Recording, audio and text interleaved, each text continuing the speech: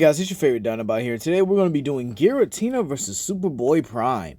Let's begin here. Now, Superboy Prime is basically an overpowered version of pre-crisis Superman, but the only thing is he's evil and mentally unstable. He's strong enough to the point where he could bust out of the Speed Force and the Phantom Zone with his punches. He's strong enough to overpower Superman and Wonder Woman very easily, and has been able to brush off attacks from Black Adam, Martian Manhunter, and Shazam. So yeah, he's incredibly strong and incredibly durable. He's actually been able to fight against multiple Lantern Corps, both the yellow, the green, and the Heroes of Earth all at the same time. So yeah, Superboy Prime is consistently powerful and consistently durable. He possesses every ability Superman has. So, heat vision, more powerful than Superman, and definitely much more definitely much more devastating. He's got cold breath, super vision, but he's got one more thing that Superman doesn't have: reality altering punches. These punches were so powerful that they were able to weaken the Darkest Knight.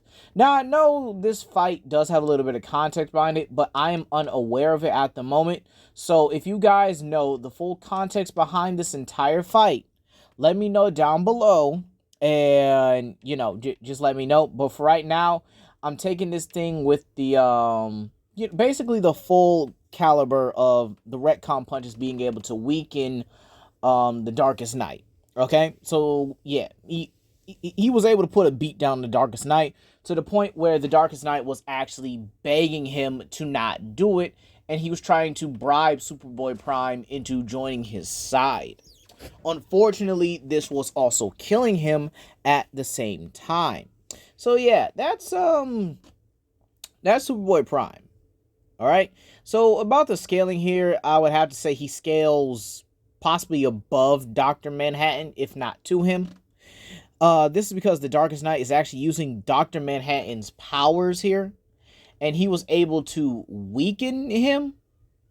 Like, really, this this Batman who last was stronger than a regular Dr. Manhattan. Okay, he was able to kill a Batman that had Dr. Manhattan's powers and was able to take it for himself with relative ease. So yeah, in all honesty, it's pretty safe to say here that he should scale to Dr. Manhattan, or at least get pretty close to that level. This is just because the sheer fact that the Darkest Knight, without the Mobius chair amp, was able to literally smack around Perpetua, who created the first iteration of the DC multiverse, and was able to create the Anti-Monitor, the World Forger, and I think it was the Over-Monitor. I believe it is. I think it's the Over-Monitor. And she was also able to hold the multiverse in her hands. So yeah, this is actually pretty impressive. The fact that the Darkest Knight was able to, fight on par with her. And yet Superboy Prime was actually doing an attack that specifically was able to weaken him, and was doing it over and over again, to the point where the Darkest Knight was like, dude, I need you to stop. Like, please just stop. It's too much. How about I give you, you want some herbs? I can give you some herbs. Oh no? Oh gosh, you're about to hunch me again. No way, please. Bam. Yeah, that's basically what was happening the entirety of that fight. And the sheer fact that Perpetua is still above her children, even when they all combine to try and rival her. Keyword being, they tried to rival her, and they failed. Like, how do you try to rival your parents and you still fail? Like, come on now. Like, just trash. But anyway, let's get into his opponent. Yo, this Pokemon lore is crazy. We just got the true forms of Dialga and Palkia. And you know what's the funniest thing about this? Giratina is still above that. And here's my theory why. We are always seeing his true form. That's the thing. We are always seeing his true... excuse me. We're always seeing his true form. What he's doing right now is toying with his siblings, because he's able to... He exists in a realm that's basically beyond theirs. He has a mirror dimension of his father's. He is literally the right hand of Arceus for a reason. That is Very, very impressive because he mirrors everything Arceus created. He basically mirrors it with his own, and he's an afterlife. He's basically the again. He kind of is the devil of Pokemon, but he's nice. Like, he's kind of the Hades of Pokemon. Like, if you guys are actually read Greek mythology, he's actually like pretty nice, like ridiculously nice. Like, dude is pretty chill. But anyway, enough about that. Let's get into the actual feats here. Giratina, physically speaking, is stronger than every other legendary Pokemon. That's really no doubt about that. The only one actually able to rival him in strength is Rayquaza. And that's a Mega Rayquaza at that. So this means he's stronger than Zygarde, who is actually the physically strongest, well, one of the physically strongest Pokemon out there. This is important because Zygarde is actually the world serpent of Pokemon, capable of holding all the realms together with his strength alone. So again, Zygarde is pretty powerful. Giratina is also incredibly durable. As a ghost type and dragon type, he is immune to physical attacks. Physical attacks from even the likes of Regigigas, one of the physically strongest legendary Pokemon, cannot harm him. And if he is damaged, he's actually able to regenerate from anything that comes his way. He's even able to simply just take the damage off of him and send it right back at you with Dragon Breath. So that means the attacks that do hurt him, he can just send it back at you and you'll be hitting yourself with your own attack. He's also capable of nullifying your durability, with the Shadow Force. So this means that any protective or any armor or any defensive moves you have, nullified, just like that. So again, it's sad. It really is sad here. He also possesses things like teleportation, telepathy, able to mind control and read minds of even psychic level Pokemon. He's able to distort reality with his roars, able to pretty much shift reality on a whim, and he's able to trap his opponents in antimatter. Even being able to phase through and turn intangible, turn invisible.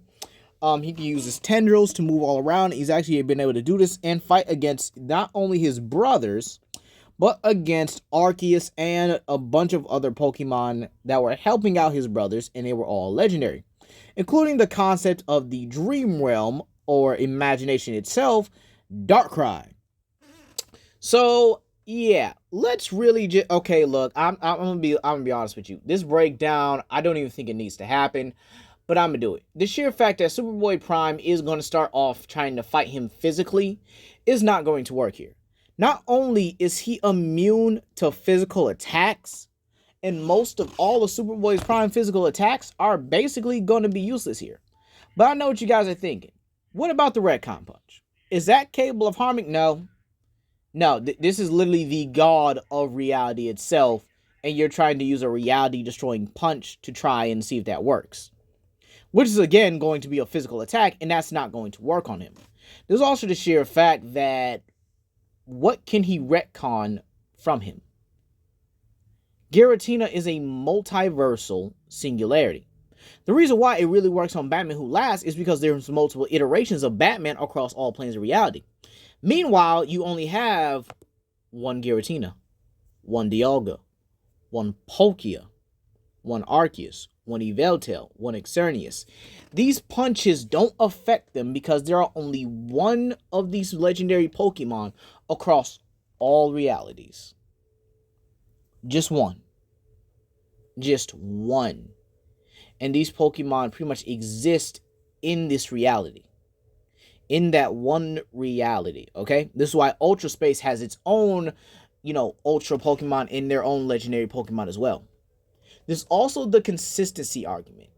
Superboy Prime has not been as consistent, as this dude went from beating the entire Justice League with multiple Manticores to losing to the Teen Titans. That don't sound good, now do it. Then he lost to Shazam and Black Adam. Now, that is kind of an up when compared to the Teen Titans, concerning Black Adam soloed the Teen Titans. Then he went to fight against the Darkest Knight, which is again an up. But again, you also have the sheer fact that they took away a lot from Superboy Prime. He's affected by magic. He was actually yelling out in pain when Shazam and Black Adam were hurting him. And he got knocked out by a double lightning Sunday. Like, dude, what is going on here? Meanwhile, you have Arceus, who's just consistent across the entire board. He stays at that singularity stage. He stays at that multiversal caliber.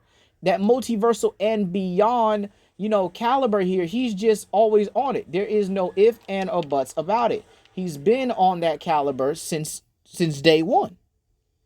Since his birth, he's been on that caliber. Meanwhile, Prime he ain't reaching it yet. He barely getting up there, and then he gonna go right back down. So anyway, I gotta give this to Giratina at least 7 times out of 10. But this is Legendary Grimlock. Please comment, like, and subscribe.